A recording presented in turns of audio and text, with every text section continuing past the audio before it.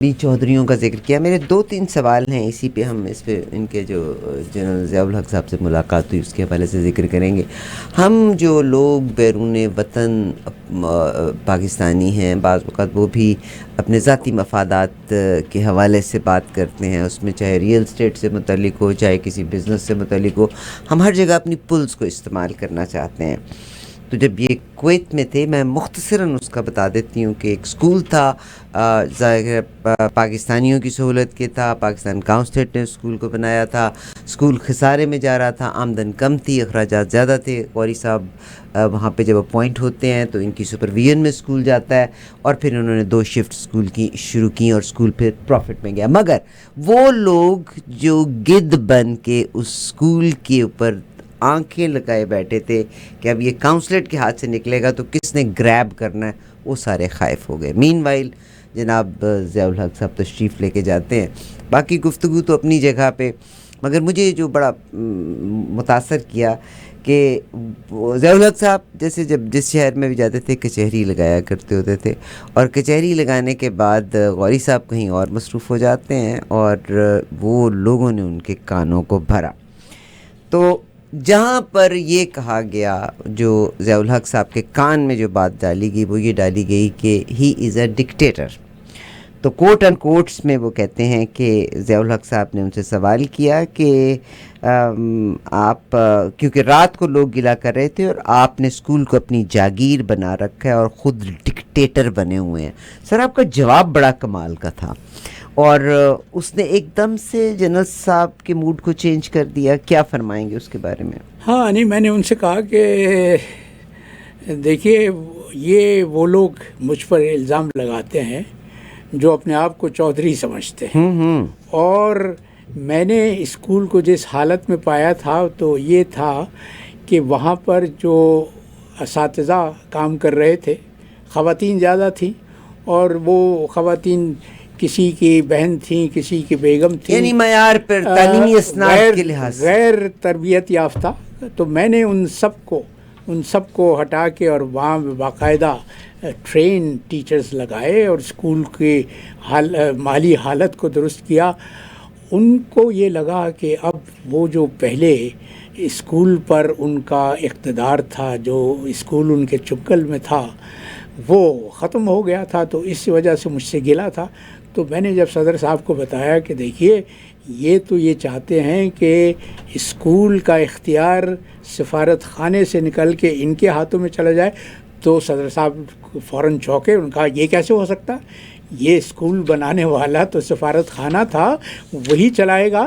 تو اب آپ پریشان نہ ہو، اب آپ کام کرتے رہیے. اب آپ کے خلاف جو بھی شکایات ہوں گی وہ میں ان کو نظر انداز کروں. یہاں پہ یہ بھی کہ جنرل ضیاء الحق صاحب نے، بھٹو صاحب کا آف کورس پھانسی کا آرڈر ہوا تھا، دنیا میں ان کو ناپسند کیا جاتا، ڈکٹیٹر سمجھا جاتا تھا. تو کوٹ اینڈ کوٹس میں جو آپ نے جواب اپنا لکھا ہے، جناب صدر، ڈکٹیٹر تو لوگ آپ کو بھی کہتے ہیں، لیکن لوگوں کے کہنے سے ہم وہ نہیں ہو جاتے جو وہ کہتے ہیں. کیا کمال کا جواب تھا. میں خیال ہے اس کے بعد تو ان کی زبان بندی ہو گئی ہوگی. اس کے بعد انہوں نے ہمیشہ مجھے یاد رکھا. سر آپ مختلف پوزیشنز کے اوپر رہے. آج میں جب اس کتاب کو پڑھی، میرے نوٹس میں یہ بات ہے کہ پاکستان میں ایک خاص پوزیشن تک ترقی دی جاتی ہے، اس پوزیشن کے بعد اس حد سے جب آگے ترقی دی جاتی ہے تو پہلے اس شخص کے ویک پوائنٹس کو اکٹھا کیا جاتا ہے، ویڈیوز بنائی جاتی ہیں تاکہ بوقت ضرورت ان کو استعمال میں لایا جا سکے. آپ نے سر ایک لفظ استعمال کیا ہے، نیلی آنکھوں والے شہزادے. یہ کون ہے نیلی آنکھوں والے شہزادے؟ بلو آئیڈ بوائز. یہ وہی ہیں بیبس. یہ وہی ہیں جن کے سر پر کسی کا سایہ ہوتا ہے، یعنی جن کے ہر کونسل خانے میں ہوتے ہیں، جن کے رشتہ دار اعلیٰ عہدوں پر تعینات ہوتے ہیں، فوج میں ہوتے ہیں یا بیوروکریسی میں ہوتے ہیں.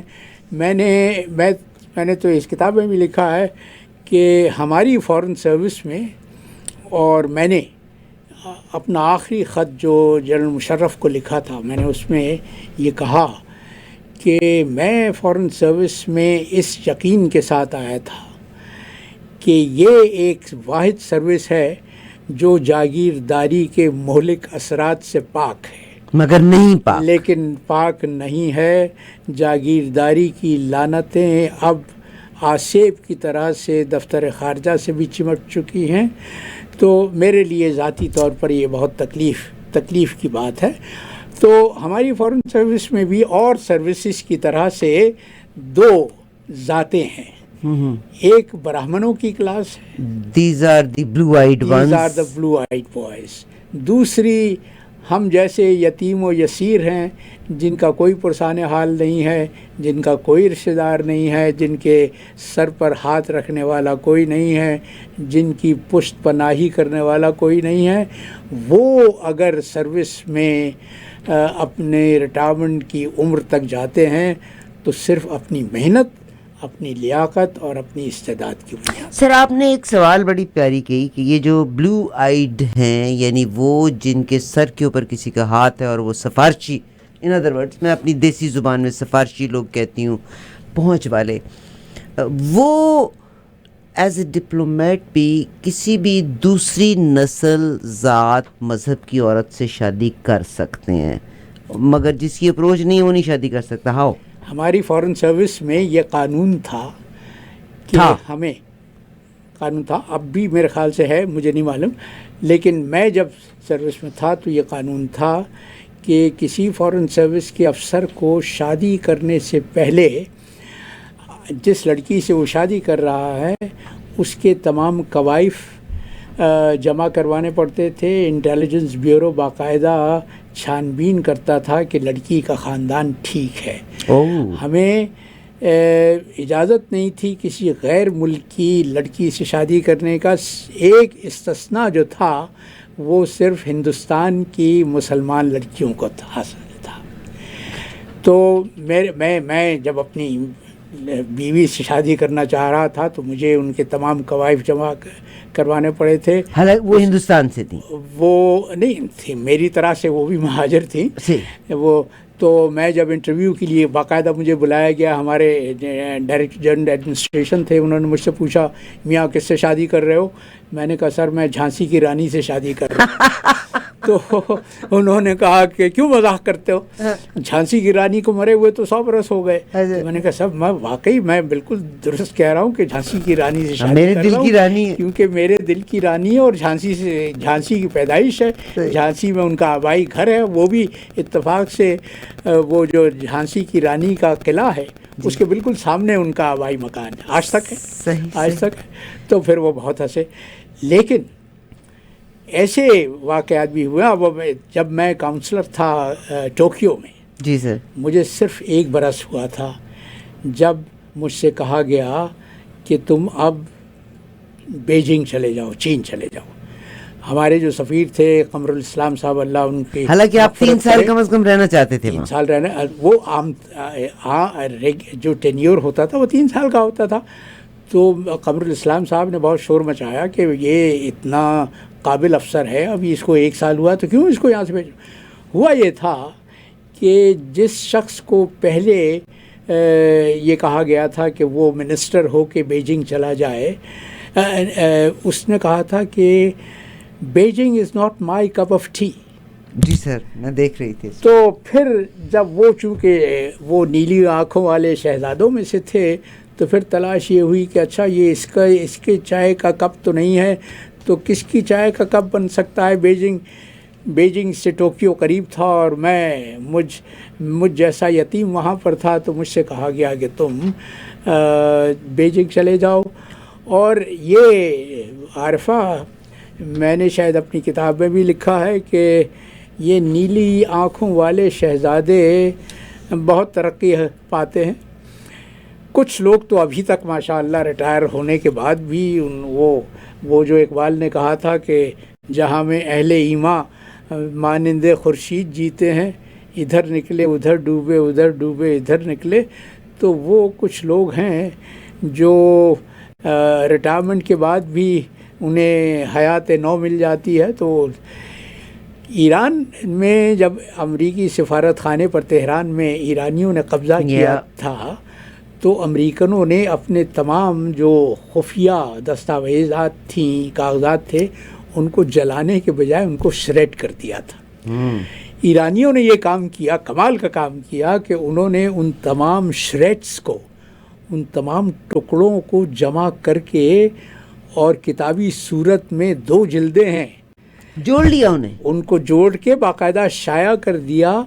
تو ان کتابوں میں ہماری فارن سروس کے بھی کچھ نیلی آنکھوں والے شہزادوں کے نام تھے، اور ان نیلی آنکھوں والے شہزادوں نے بہت فلاح پائی، بڑے بڑے اچھے اسٹیشنز میں رہے. وہ ہم سے تو کبھی یہ نہیں پوچھا گیا کہ تم کہاں جانا چاہتے ہو، اگلی تقرری تمہاری کہاں ہوگی، لیکن ان سے باقاعدہ پوچھا جاتا تھا، ان کے سامنے دنیا کا نقشہ کھول کے رکھ دیا مگر یہ جاتا پھر بھٹو صاحب کے دور سے شروع ہوا تھا نا، بھٹو کے دور سے بھٹو کے دور تھا. سر. ہم پروگرام میں انشاءاللہ اس سیگمنٹ کو آگے لے کے چلیں گے. ضیاء الحق صاحب نے بہت ساری غلطیاں کی. بھٹو صاحب، ہر انسان دنیا میں کوئی مکمل نہیں. بھٹو صاحب واز اے گریٹ مین. میں نے ان کا ایک الیکشن جس میں انہوں نے ابہام پیدا کیا، ڈیفینیٹلی انہوں نے ابہام پیدا کیا، اور ان کا ابہام یہ تھا کہ مذہب کی آڑ میں انہوں نے تیر چلایا. سامنے آ کے کھیلو نا تو پھر تو میں مان بھی جاؤں. تو مجھے یاد ہے کہ ووٹ تھا، اور جس علاقے میں ہم گئے ووٹ ڈلوانے کے لیے، تو وہاں کی عورتیں جب آ کے ووٹ کاسٹ کرتی تھیں تو وہ کہتی تھی ہم نے ہری چھتری والے کو ووٹ دینا ہے. ٹھیک، ہی واز اے کروکڈ مین. مطلب مذہب کے لحاظ سے انہوں نے، آپ ان کو اتنا سمپل کہہ نہیں سکتے جتنا لوگ کہتے ہیں. He was crooked to use Islam for his personal benefit. لکھا ہے کہ پاکستان کی تباہی اور بربادی میں سب سے زیادہ اگر کسی کا ہاتھ ہے تو ذوالفقار علی بھٹو. مگر سر آپ نے اپنی کتاب میں جگہ جگہ ان کو بڑا پولائٹ، اس کا مطلب وہ جتنے پولائٹ تھے وہ اندر سے، جیسے جنیجو صاحب کو فائر کرنے کا بھی واقعہ ہے. انہوں نے بیجنگ جانا تھا، ضیاء الحق نے نا، انہوں نے بیجنگ جانا تھا، اور اندر کھاتے وہ پروگرام کینسل کر کے بیٹھے ہوئے تھے کہ انہوں نے بڑا ڈرامہ تھا. انفارچونیٹلی دیکھیے، میں آج بھی پاکستان، یہیں پہ میں پروگرام کو آپ کے الفاظ کے ساتھ کنکلوڈ کروں گی، آج بھی پاکستان کا جوان اگر بے راہ روی کا شکار ہو رہا ہے یا کنفیوزڈ ہے کہ پولیٹیشین بھی اس کو سچ بات نہیں بتا رہا، سسٹم بھی اس کو سچ نہیں بتا رہا، تو وہ تکے کے ساتھ یا گیس ورک کے ساتھ کام کر رہا ہے. تو ضیاء الحق صاحب نے بھی آپ دیکھیے گا کہ جنیجو صاحب نے، حالانکہ بڑا شریف النفس آدمی جنیجو صاحب، ان کو فائر کرنا تھا کہ ان کو ڈر تھا کہ کہیں یہ میرے سے سیٹ نہ چھین لے. آپ کے الفاظ سے اس کے پروگرام کا اختتام کرتی ہوں. اس کی وجوہات اور تھی، اس کی وجوہات اور تھیں. اور یہ جو نظام کی ابتری کی بات ہے نا، تو عارفہ یہ تو بڑی طویل بحث ہے. اس کے لیے تو مذہب کو مس یوز کیا، مذہب کو یقیناً استعمال کیا. نہیں نہ تو مذہب استعمال ہوا ہے بھائی، پاکستان کی تحریک میں استعمال ہوا ہے. دیکھو نا، بر صغیر کی تقسیم کن بنیادوں پر ہوئی تھی؟ مذہب کی بنیاد پر. نہیں مگر سر وہ تو دیکھیے، جب وہ جو کارتوس بھی آئے تھے جو جن میں سور کی، ابھی ریسنٹلی یہ ہو گیا یوکرین میں، جو آپ کو یاد ہے یوکرین میں جو انہوں نے کوئی کون سا بامز ہیں یا کیا چیز ہے ان کو جو کھولنا، اور باقاعدہ یہ اسٹیٹمنٹ آئی تھی کہ مسلمان اس کو نہیں کھولیں گے، اگر کھولیں گے تو وہ چربی کو استعمال کریں گے. ہماری جنگ آزادی شروع اسی وجہ سے ہوئی تھی. This is something which is mentioned in Quran. مگر جو ضیاء الحق صاحب کا جو میں ذکر کرتی ہوں، انہوں نے، آپ جیسے کہتے ہیں کہ آپ نے ان کی بڑی تعریف لکھی ہے کہ خود تو وہ تنہائی میں نماز ادا کرتے تھے، مگر آرڈر کیا تھا کہ جی کونسل جنرل جو ہے وہ نمازیں پڑھائے. تو نماز کے ساتھ ساتھ لوگوں میں ایمانداری نہ گھول سکے.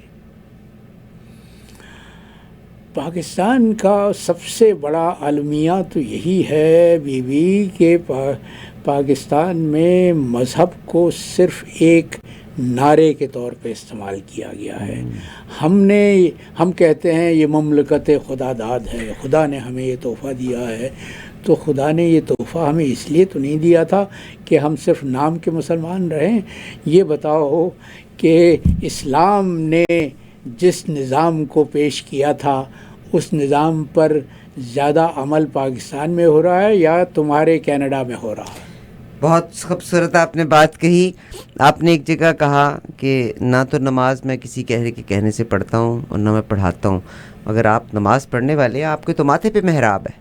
میں نماز پڑھتا ہوں اس لیے کہ میرے اندر سے میری روح یہ تقاضا کرتی ہے کہ میں اس مالک ازل کے سامنے سجدہ ریز ہوں جو میرا خالق ہے، جس کے پاس مجھے لوٹ کے جانا ہے، جو مجھ سے میرے تمام اعمال کا حساب لے گا۔ اس پروگرام کو ہم یہیں کنٹینیو رکھیں گے انشاءاللہ۔ اگلے پہ آخری بات پہ ختم کروں گی، اتنی پیاری آپ کو اللہ نے مواقع دیے، پوزیشنز دیں، آخر آپ کی اپروچ تھی پریزیڈنٹ تک، پرائم منسٹرز تک، انڈیا میں جاگیردارانہ نظام کو ختم کر دیا گیا، آپ اس کوشش اور کاوش کا کیوں حصہ نہ بنے کہ پاکستان سے یہ ایک جو مذہبی انتہا پسندی کو ختم کیا جائے، اور ایک یہ جو انڈیا نے کیسے اس ایول کو نکال دیا، آپ لوگوں نے کیوں نہیں کوشش کی کہ جاگیردارانہ نظام کو اکھاڑ پھینکا جاتا؟ یہ بڑی طویل بحث ہے، اس پر تو ہمیں پروگرام کرنے ہوں گے کہ یہ جو کیا مگر آپ نے کوشش یہ کی؟ جو جاگیرداری کی نہیں، میں نے تو ہمیشہ اپنی حد تک، نہ میں جاگیردار ہوں، میں تو جاگیرداروں کا بدترین ناقد ہوں۔ دشمن وہ مجھ کو کہتے ہیں، میں کہتا ہوں کہ میں ناقد ہوں، اس لیے کہ میں یہ سمجھتا ہوں کہ ہماری ملت کے وطن میں جتنے بھی ناسور ہیں، ان ناسوروں کی جڑ ہمارے جاگیرداری نظام میں ہے۔ جناب کرامت اللہ غوری صاحب سے یہ بہت خوبصورت گفتگو کا سلسلہ آپ کی یادوں کا ہوگا، اسی طرح سے اس کو کنٹینیو کریں گے۔ آج ان کی پوم جو ہے اور یہ تینوں سیگمنٹس ہماری فیس بک، یوٹیوب پہ آپ کو ملیں گے۔ بہت شکریہ ہمارے سر، آپ کی تہ دل سے مشکور اور ممنون۔ نہیں، شکریہ ادا کرنے کی عادت، میں شکر گزار ہوں کہ تم نے مجھے یہ موقع دیا کہ میں اپنے میرے دل پر جو ایک بوجھ ہے، یہ دیکھو شیئر کر سکیں، دانشور کے دل پر بوجھ ہوتا ہے ہمیشہ، اور میں اس کے ذریعے سے یہ ایک طرح کا عمل تطہیر ہے، کتھارسس ہے میرے لیے۔ بہت شکریہ سر۔ گریلنا چیک آج منڈے ہے، گریلنا چیک پہ پہنچیے گا، وہ ہمارے اس پروگرام کے اسپانسر تھے، 16 ماؤنٹ پیلیئر اسٹریٹ کے اوپر گریلنا چیک۔